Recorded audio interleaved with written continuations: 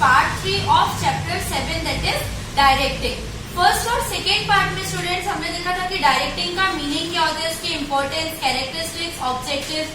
Then after हम study कर रहे थे एलिमेंट्स। तो 4 एलिमेंट्स होते हैं, supervision, motivation, leadership and communication, जिनमें से हम 2 पढ़ चुके हैं, सुपरविजन और मोटिवेशन। इस पार्ट में हम लीडरशिप से स्टार्ट करते हैं। So with the meaning of leadership, क्या होता है लीडरशिप?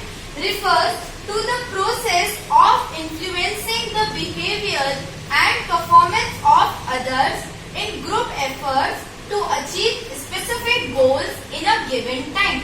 So students, leadership का मतलब क्या होता है? लीडरशिप एक वो प्रोसेस है जिसमें हम किसी और को, कोई भी एक ग्रुप एक्टिविटी को परफॉर्म करने के लिए पूरे ग्रुप को लीड करते हैं। It means influencing someone's behaviour. Influencing का मीनिंग क्या होता है? The act or power of forcing someone to achieve the goals. किसी भी सामने वाले को फोर्स करना, मेंटली नॉट फिजिकली, सामने वाले को फोर्स करना हमारे प्री डिटरमाइंड गोल्स को अचीव करने के लिए। The person who influences performance of other is known as leader. और ये काम जो परफॉर्म करता है उसको हम क्या बोलते हैं? Leader. It is the process of interactions between the leader and the lead.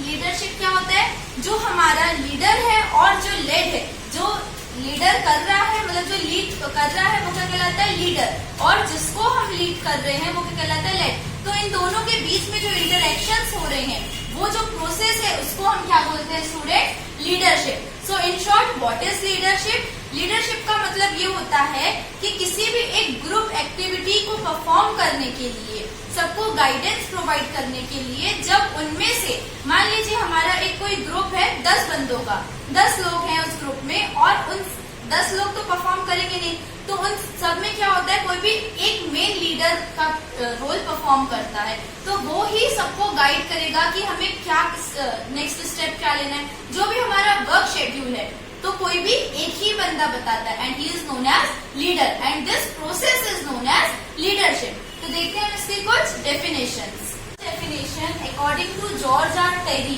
क्या होता है leadership? Leadership is the activity of influencing people to strive willingly for mutual objectives. क्या होता है? लीडरशिप एक वो एक्टिविटी है, एक वो प्रोसेस है जिसमें हम किसी दूसरों के अंदर एक एनर्जी इंक्रीज करते हैं। किस चीज के लिए? For the achievement of our goals. Next, according to Livingston, इन्होंने क्या बताया था? Leadership is the ability to awaken in others the desire to follow common objectives. Similar इन्हीं के जैसा मीनिंग है स्टूडेंट, सिर्फ वर्ड्स की थोड़ा सा अदली बदली है, लेकिन मीनिंग क्या है? अकॉर्डिंग टू लिविंगस्टन, इन्होंने भी यही बताया था लीडरशिप क्या है? लीडरशिप एक वो प्रोसेस है जिसमें हम हमारे जो कॉमन ऑब्जेक्टिव है, किसी भी एक ग्रुप एक्टिविटी को परफॉर्म करने के लिए कुछ सब कॉमन ऑब्जेक्टिव्स होते हैं जिनको अचीव करने के लिए वो लोग काम करते हैं। तो दूसरों को गाइड करना और उनके अंदर वो डिजायर, वो इच्छा लाना कि हम हमारे कॉमन ऑब्जेक्टिव्स को अचीव कर सके। नेक्स्ट हम देखते हैं इसके characteristics. So characteristics and importance of leadership. सबसे फर्स्ट कैरेक्टरिस्टिक क्या होता है? Continuous process. स्टूडेंट्स, ये तो आप एकदम मान लीजिए, इसको रट लीजिए, क्योंकि ये हर एक टॉपिक में एक इम्पोर्टेंट कैरेक्टरिस्टिक होता है। कंटिन्यूअस प्रोसेस, लीडरशिप हम कभी भी एक बार में नहीं खत्म कर देते, वो कंटिन्यूअसली चलती ही जाती है। Next is followers. कोई भी लीडरशिप जो होती है वो विदाउट फॉलोवर्स कभी नहीं हो सकती, क्योंकि कोई भी लीडर अपने फॉलोवर्स के बगैर अधूरा रहता है, क्योंकि अगर फॉलोवर्स ही नहीं रहेंगे तो वो लीड किसको करेगा? सो it is also an important characteristic. Next, working relationship. क्या होता है? लीडरशिप क्या प्रोसेस है? दूसरों को काम करने के लिए मोटिवेट करना, है ना, उनको अपने काम करने के लिए इच्छा शक्ति जगाना। तो वर्किंग रिलेशनशिप, ये दोनों में वर्किंग रिलेशनशिप जो है वो भी इंक्रीज करता है कि वो उनको काम करने के लिए बोले और वो उस चीज को वैसे फॉलो अप करे। Next, ideal conduct. जो हमारा लीडर होता है वो एकदम आइडियल होना चाहिए कि उसका जो भी बिहेवियर है, उसका एटीट्यूड है, उसके फॉलोवर्स उस चीज को माने, उनके लिए एक वो आइडियल होना चाहिए कि वो उस चीज को मानने के लिए 1 सेकेंड में एग्री हो जाए।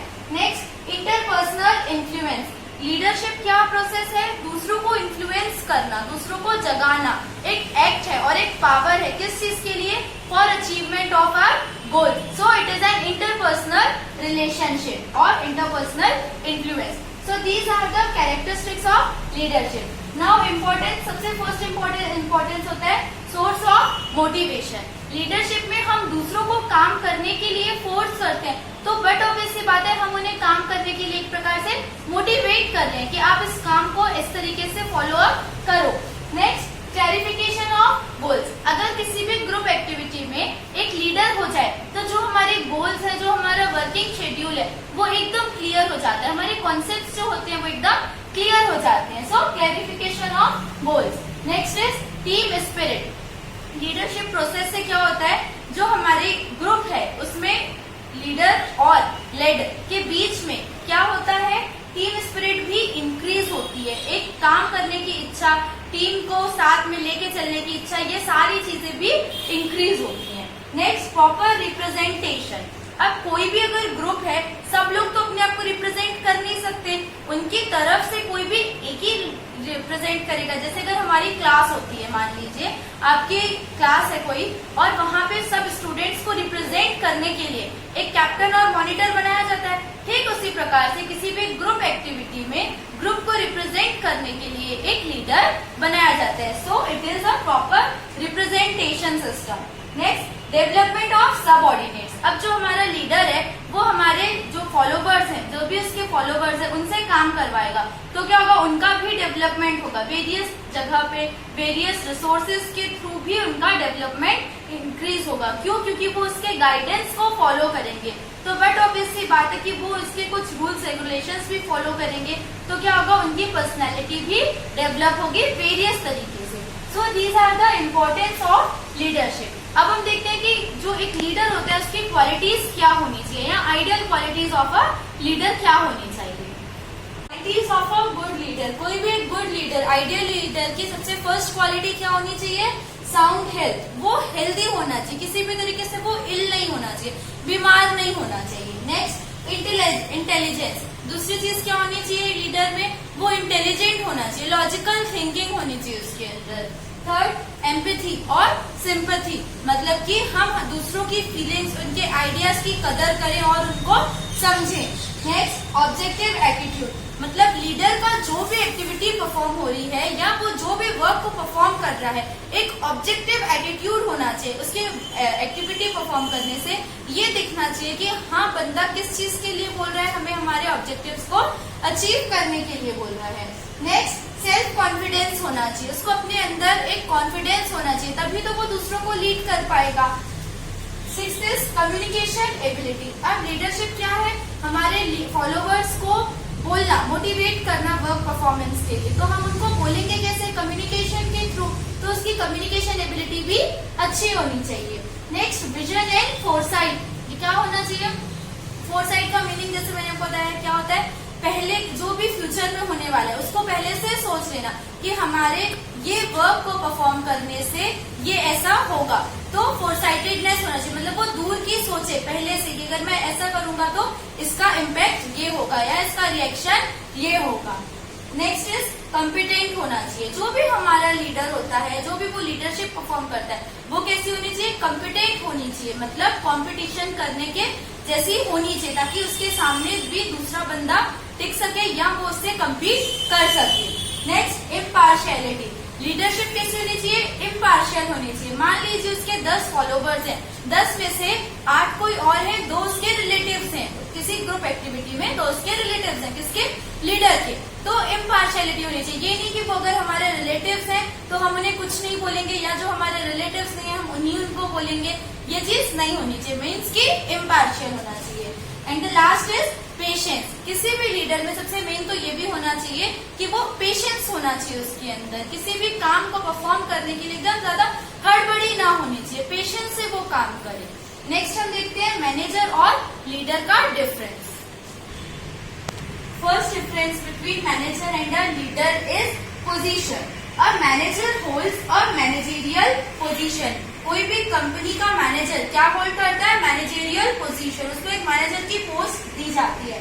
But a leader doesn't hold managerial position. Leadership जो होती है वो कौन करता है? लीडर। तो लीडर कभी भी मैनेजर नहीं हो सकता, so he doesn't hold managerial position. Next is function. He performs all 5 functions of management. अब मैनेजमेंट के 5 फंक्शंस होते हैं that I have already told you, planning, organising, staffing, directing and controlling. तो ये पांचों फंक्शन कौन परफॉर्म करता है? Manager. But he only performs leadership function. कोई भी लीडरशिप क्या परफॉर्म करता है? लीडरशिप फंक्शन परफॉर्म करता है, जो किसके अंदर आता है? डायरेक्टिंग के अंदर। Next return. He gets profit also. Manager को रिटर्न में उसकी सैलरी के साथ साथ क्या मिलता है?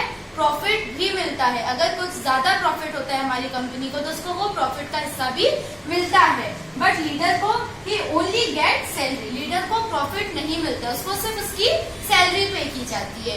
Next is scope. So manager has wider scope. Manager बहुत सारे फंक्शंस, 5 फंक्शंस ऑफ मैनेजमेंट को परफॉर्म करता है, सो उसका स्कोप भी वाइडर होता है। और लीडर हैज नैरो स्कोप। जो लीडर होता है वो सिर्फ लीडरशिप का फंक्शन परफॉर्म करता है, सो उसका स्कोप भी नैरो होता है, कम होता है।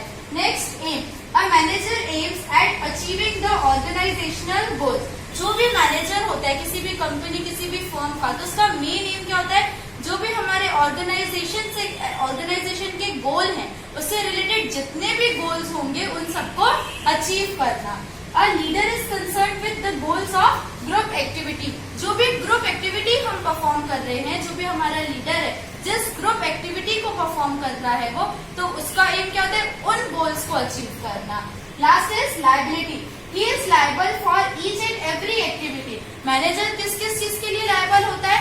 जितनी भी एक्टिविटीज हमारी फर्म, हमारी कंपनी में परफॉर्म हो रही है, उन सब चीजों के लिए लायबल कौन होता है? हमारा मैनेजर। बट लीडरशिप किसके लिए होता है? Leader he is only liable for his followers activity. जितनी भी एक्टिविटीज हमारा जो ग्रुप है, जिस ग्रुप को लीडर लीड कर रहा है, तो उसके फॉलोवर्स जो भी एक्टिविटी को परफॉर्म कर रहे होते हैं वो सिर्फ उसी चीज के लिए लायबल होता है और किसी चीज के लिए लायबल नहीं होता है। So it was the difference between manager and the leader. Now we are going to study the 4th element that is communication. क्या होता है? Refers to the exchange of facts, ideas, opinions और emotions between 2 or more persons। स्टूडेंट्स, कम्युनिकेशन में आपको बहुत ही short में एक्सप्लेन करूंगी क्योंकि ये सभी बच्चे मैक्सिमम समझते हैं, बस इनको सेंटेंस हमें कैसे फ्रेम करना है वो हम देखते हैं। तो कम्युनिकेशन क्या होता है? कम्युनिकेशन एक वो प्रोसेस है जिसमें 2 या 2 से ज्यादा लोगों के बीच में हम हमारे फैक्ट्स, आइडियाज, हमारे इमोशंस, हमारी फीलिंग्स को एक्सचेंज करते हैं, इंटरचेंज करते हैं। So what is communication? Hindi में हम उसे बोलते हैं बातचीत करना। तो मतलब हम अपने फीलिंग्स, अपने थॉट्स को किसी और से एक्सचेंज करना is known as communication. According to Kurtz and O'Donnell, what is communication? Communication is an intercourse by words, letters, symbols or messages and is a way that one organizational member shares meaning and understanding with another। Kurtz O'Donnell ने हमें क्या बताया है? Communication क्या है? Communication is intercourse by words, letters, symbols और messages। हम किसी से भी अगर कम्युनिकेट करते हैं तो वो हम इन सारे जरिए के थ्रू कर सकते हैं। Whether it is by our words, हम किसी को अपने वर्ड से थ्रू भी एक्सप्लेन कर सकते हैं, किसी सिंबल के थ्रू भी एक्सप्लेन कर सकते हैं। और इसमें क्या होता है? Is a way that one organisational member, किसी भी ऑर्गेनाइजेशन का कोई एक member shares meaning and understanding with another. अगर किसी भी ऑर्गेनाइजेशन में किसी मेंबर को अपनी फीलिंग्स, अपने थॉट्स को किसी और को बताना है तो कम्युनिकेशन एक उसका जरिया होता है, उसका मीडियम होता है। It is a way of exchanging our thoughts with another. Next हम देखते हैं types of communication. Verbal communication. सबसे फर्स्ट क्या टाइप होता है कम्युनिकेशन का? वर्बल और ओरल कम्युनिकेशन। ये क्या होता है? refers to that type of communication in which exchange of messages is made through spoken word, जिसमें हम हमारे स्पोकन वर्ड्स के थ्रू किसी से भी बातचीत करते हैं। And nothing is in black and white.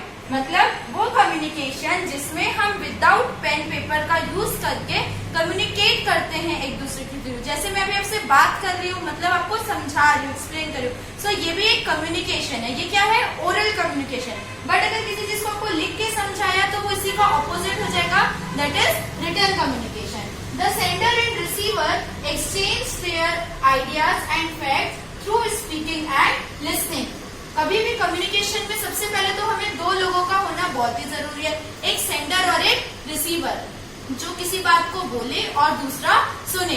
तो वर्बल कम्युनिकेशन क्या होता है? वो कम्युनिकेशन जिसमें हम हमारे स्पोकन वर्ड्स के थ्रू किसी से भी कम्युनिकेट करते हैं, और दूसरा कोई भी चीज ब्लैक एंड व्हाइट में नहीं होती है, मतलब कि without the use of pen and paper, और जिसमें हमारे जो सेंडर और रिसीवर होते हैं वो आइडियाज और फैक्ट्स को कैसे एक्सचेंज करते हैं? Through the means of speaking and listening. एक बंदा बोलता है और दूसरा सुनता है। So it was verbal communication. Next हम देखते हैं रिटन कम्युनिकेशन, जिसमें मैं सिर्फ कुछ वर्ड्स चेंज कर दूंगी तो वो क्या बन जाएगा हमारा? Written communication. स्पोकन की जगह पे हम क्या यूज कर देंगे स्टूडेंट्स? रिटन। नथिंग की जगह पे हम यूज कर देंगे एवरीथिंग। स्पीकिंग की जगह पे हम यूज कर देंगे राइटर, एंड लिसनिंग की जगह पे हम यूज कर देंगे रीडर, एंड वर्बल की जगह पे हम यूज कर देंगे written. So what is written communication? Written communication refers to that type of communication in which exchange of messages is made through written words. वो communication जिसमें हम written words के थ्रू किसी के भी साथ communicate करते हैं लिख के, and everything is in black and white. अभी verbal communication में हमने क्या देखा था? Nothing. उसकी की जगह पे हमने क्या कर दिया? Everything. मतलब सब कुछ चीजें black and white के फॉर्म में होती हैं। The sender and receiver exchange their ideas and facts through writing. Sorry, here it is writing and reading. So written communication में क्या होता है? कोई भी एक जन लिखता है और दूसरा उस चीज को पढ़ता है। It is known as written communication. Next कौन सा होता है? Formal communication. ये क्या होता है? Refers to that type of communication in which exchange of messages is made through formal word. Formal communication वो होता है जिसमें हम किसी के भी साथ अगर कम्युनिकेट करते हैं तो हमें कुछ फॉर्मेलिटीज करनी पड़ती है, कुछ फॉर्मल वर्ड्स का यूज करना पड़ता है। And everything is in black and white. हर एक चीज जो भी हम उनसे कम्युनिकेट कर रहे हैं वो ब्लैक एंड व्हाइट के फॉर्म में होती है। It mean pen and paper का यूज होता है। It takes place through a chain of command. Formal communication क्या होता है और वो कैसे होता है? इसमें एक कमांड की चेन होती है, मतलब इसमें हम एक दूसरे को कमांड जो कमांड देते हैं हम किसी को भी, वो मेन होता है formal communication. It is in the form of letters, circulars, reports etcetera. अब हम किसी को भी कमांड देंगे तो कैसे देंगे? रिपोर्ट्स देके, सर्कुलर्स देके या नोटिस देके। तो फॉर्मल कम्युनिकेशन जैसे स्टूडेंट्स हमने चैप्टर 5 ऑर्गेनाइजेशन में देखा था, व्हाट इज फॉर्मल ऑर्गेनाइजेशन, तो सेम उसी टाइप से होता है फॉर्मल कम्युनिकेशन। वो कम्युनिकेशन जहाँ पे हमें कुछ फॉर्मेलिटीज परफॉर्म करनी होती है, जहाँ पे हम विदाउट इनफॉर्मल वर्ड्स के बगैर हम किसी भी फॉर्मल कम्युनिकेशन में कम्युनिकेट नहीं कर सकते। और इसमें क्या होता है? मेनली हम कमांड्स फॉलो करते हैं। तो फॉर्मल कम्युनिकेशन वो जिसमें हमें वेरियस फॉर्मेलिटीज परफॉर्म करनी होती है। नेक्स्ट कौन सा होता है? Informal communication. ये क्या होता है? Refers to that type of communication which is free from all sorts of formalities. Informal के नाम से ही हम समझ रहे हैं वो कम्युनिकेशन जो एकदम फ्री होता है उन फॉर्मेलिटीज से, जिसमें हमें फॉर्मेलिटीज परफॉर्म नहीं करनी पड़ती हैं। It is based on the informal relationships between two person. किसी भी दो लोगों के बीच में जो इनफॉर्मल रिलेशनशिप है, मतलब आपके फैमिली मेंबर्स, आपके फ्रेंड्स, आपके रिलेटिव्स, इनसे जो हम कम्युनिकेशन करते हैं वो विदाउट फॉर्मेलिटी करते हैं, विदाउट फॉर्मल वर्ड्स करते हैं। तो ये टाइप क्या कहलाता है? Informal communication. It may be made by, ये कैसे हो सकता है? A simple glance, nod, mere smile etcetera. Informal communication कैसे हो सकता है? मान लीजिए कि अगर जैसे स्टूडेंट्स होते हैं हमारी क्लास में, है ना, वो क्लास में बैठे हैं, अगर वो बात कर रहे हैं किसी एक दूसरे से, तो टीचर क्या करती है? सिंपली उनको आंख दिखा देती है। तो ये भी एक टाइप ऑफ कम्युनिकेशन है। तो इनफॉर्मल कम्युनिकेशन क्या है? वो कम्युनिकेशन जिसमें हमें फॉर्मेलिटीज परफॉर्म नहीं करनी पड़ती है, ब्लैक एंड व्हाइट का यूज नहीं करना पड़ता है, मतलब कि पेन एंड पेपर का, और सिंपली हम किसी को स्माइल दे रहे हैं। अगर हम कहीं जा रहे हैं, हमें कोई दिख गया, हम सिंपली स्माइल दे देते हैं। तो ये भी एक टाइप का कम्युनिकेशन होता है। तो इनफॉर्मल कम्युनिकेशन इन तरीकों से फॉलो हो सकता है। नेक्स्ट होता है, नेक्स्ट कौन सा टाइप होता है स्टूडेंट्स? ये 3 टाइप होते हैं, downward communication, upward communication and horizontal communication. इसको मैं आपको ज्यादा डीप में एक्सप्लेन नहीं करूंगी क्योंकि आपके कोर्स में ये भी बहुत शॉर्ट में है। मेनली जो भी हमने पढ़ा वही होता है, बट हमारे सिलेबस में इसलिए हमें पता होना चाहिए कि ये क्या होता है। मैंने यहाँ पे सिंबल्स ड्रॉ किए हैं जिनके थ्रू आप थोड़ा सा इजीली समझ लेंगे। तो डाउनवर्ड कम्युनिकेशन क्या होता है? वो communication which flows from top to bottom, मतलब कि जो भी हमारे जो सुपीरियर्स होते हैं वो अपने सबऑर्डिनेट से जो बात करते हैं और वो उनसे बात क्या करेंगे? उनको ऑर्डर्स देंगे, उनको कमांड देंगे। तो वो कम्युनिकेशन जो टॉप अथॉरिटी से लोअर लेवल तक आता है वो क्या कहलाता है? Downward communication. Similarly upward communication, इसका ऑपोजिट क्या होगा? Flows from bottom to top. वो कम्युनिकेशन जिसमें हम नीचे से मतलब लोअर लेवल से अपर लेवल में बात करते हैं। अब लोअर लेवल से हम अपर लेवल में क्या बात करेंगे? हमारा फीडबैक देंगे या हमारी जो कुछ प्रॉब्लम्स होंगी वो उनसे शेयर करेंगे। तो अपवर्ड कम्युनिकेशन क्या होता है? वो कम्युनिकेशन जिसमें लोअर लेवल से अपर लेवल में कम्युनिकेशन होता है।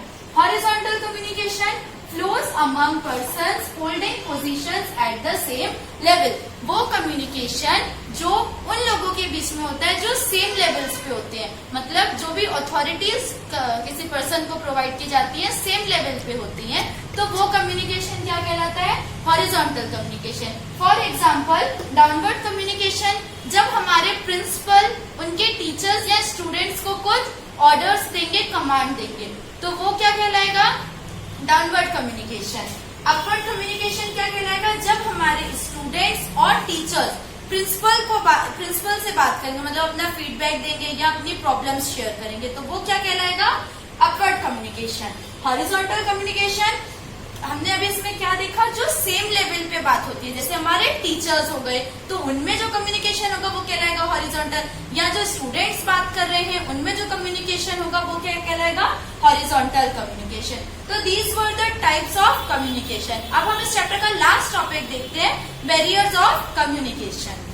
सो बैरियर्स ऑफ कम्युनिकेशन को स्टूडेंट्स हम डिफरेंट टाइप्स में डिस्ट्रीब्यूट कर सकते हैं, that are physical, organisational, personal and electronic barrier. Various types के बैरियर्स होते हैं। बैरियर्स मतलब कि हिंड्रेंसेस। हिंड्रेंसेस मीन्स की प्रॉब्लम, एक दूसरे के साथ कम्युनिकेट करने में क्या क्या प्रॉब्लम्स आती हैं या आ सकती हैं। तो कौन कौन सी होती है? फिजिकल बैरियर में सबसे फर्स्ट डिस्टेंस, कि मान लीजिए 2 लोग कम्युनिकेट कर रहे हैं, बहुत दूर दूर होके बात कर रहे हैं, तो क्या होगा? उनकी आवाज उन तक एक दूसरे से अच्छे तरीके से पहुंचेगी नहीं। तो first barrier is distance. Next is noise.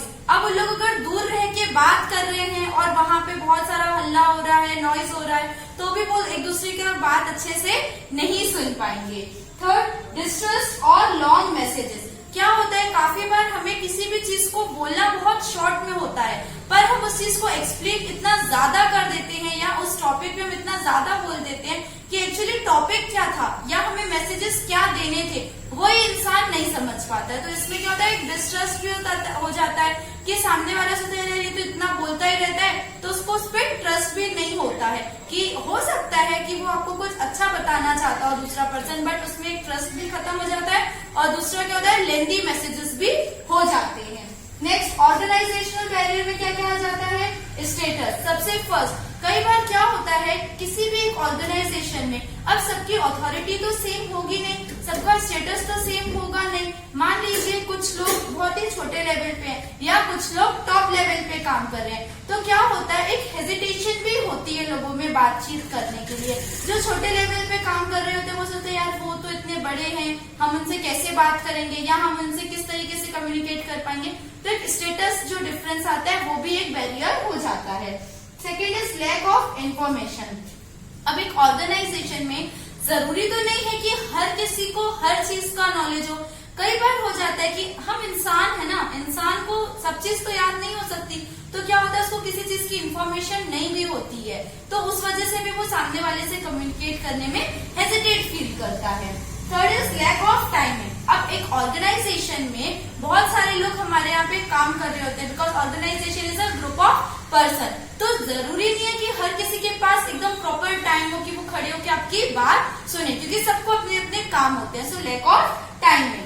Third, personal barrier में क्या क्या आ जाता है? सबसे फर्स्ट मेन इंपॉर्टेंट लैंग्वेज। अब मान लीजिए कि कोई बंदा कुछ लैंग्वेज बोलता है, मान लीजिए कोई एक सामने वाला बंदा इंग्लिश लैंग्वेज बोलता है, अब वो किसी से कम्युनिकेट करना चाहता है, उस बंदे को इंग्लिश आती नहीं है, तो वो उससे कैसे कम्युनिकेट करेगा?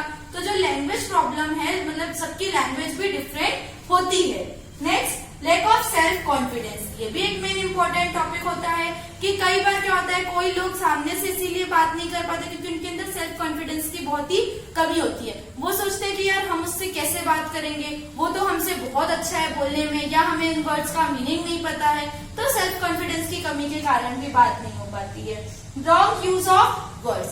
क्या होता है, अब कुछ लोग ऐसे होते हैं बोलना तो चाहते हैं, वो बोलते भी हैं, बट वहां पे उन्हें क्या वर्ड का यूज करना होता है वो उन्हें मालूम नहीं होता है, तो वो उस जगह पे कुछ और वर्ड्स यूज कर जाते हैं, जिसकी वजह से कुछ भी सेंटेंस का मीनिंग भी कई बार चेंज भी हो जाता है। So these are the personal barriers. एक और हम इसमें ले सकते हैं कि कुछ लोगों की हैबिट क्या होती है बहुत जल्दी जल्दी बोलने की, तो इस वजह से भी सामने वाला नहीं समझ पाता है। कुछ लोग होते हैं बहुत ही स्लोली बोलते हैं, इस वजह से भी हम नहीं समझ पाते हैं। इलेक्ट्रॉनिक बैरियर, इसमें क्या होता है? सबसे फर्स्ट तो प्रॉपर मीडियम, जैसा कि अभी आप देख रहे होंगे मॉडर्न टाइम है, सबके पास स्मार्टफोन्स होते हैं। अब कुछ लोग व्हाट्सएप यूज करते हैं, या आज के टाइम पे भी ऐसे कई लोग हैं जो व्हाट्सएप नहीं यूज करते हैं, किसी के पास स्मार्टफोन्स नहीं होते हैं, तो इस वजह से भी वो एक दूसरे से कम्युनिकेट नहीं कर पाते हैं, प्रॉपर मीडियम ना होने की वजह से। Next, network problem. अब मान लीजिए है उसके पास भी व्हाट्सएप है, इसके पास भी व्हाट्सएप है, नेटवर्क प्रॉब्लम हो गई, या हम किसी को ईमेल भेजना चाहते हैं तो हमारा सिस्टम नेटवर्क ही नहीं ले रहा है, या हमारे वहां पे नेटवर्क इश्यू हो रहा है। Third is miss typing. क्या होता है, कुछ लोग टाइपिंग इतनी फास्ट कर जाते हैं या इतना एकदम फ्लो में बह जाते हैं कि वो क्या टाइप करना है क्या नहीं वो ही भूल जाते हैं, तो क्या होता है किसी की टाइपिंग भी मिस्टेक्स होते हैं, कुछ वर्ड्स भी वो मिसयूज कर देते हैं, तो ये सारे क्या होते हैं हमारे इलेक्ट्रॉनिक बैरियर्स। तो स्टूडेंट्स ये भी हमने क्या देखे, बैरियर्स ऑफ कम्युनिकेशन। तो कम्युनिकेशन क्या था, हमारे डायरेक्टिंग का फोर्थ एलिमेंट था। तो अभी तक स्टूडेंट्स हमने जितना भी पोर्शन पढ़ा वो पूरा चैप्टर 7 का था, that is directing. Next we will meet with chapter 8। Thank you so much for watching my videos.